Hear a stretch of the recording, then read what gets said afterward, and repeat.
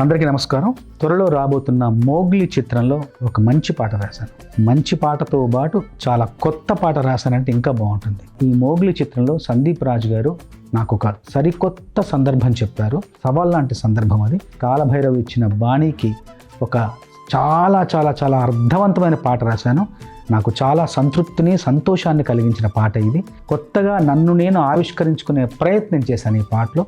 ఏంటంటే, మాటలు ఉండాలి కానీ ప్రేమకు మాటలు అక్కర్లేదు, ప్రేమకు మాటలతో పని లేదు అనే భావం వచ్చేలాగా ఈ పాట ఉండాలి. పువ్వుల్లోన ధ్వని ఉంటుందా, రంగుల్లోన ధ్వని ఉంటుందా, శ్వాసల్లోన ధ్వని ఉంటుందా, ప్రాణంలోన ధ్వని ఉంటుందా, ప్రేమల్లోన ఈ శబ్ద కాలుష్యాల అవసరం ఉందా అంటూ ప్రశ్నించే ఒక అవకాశం నాకు లభించింది.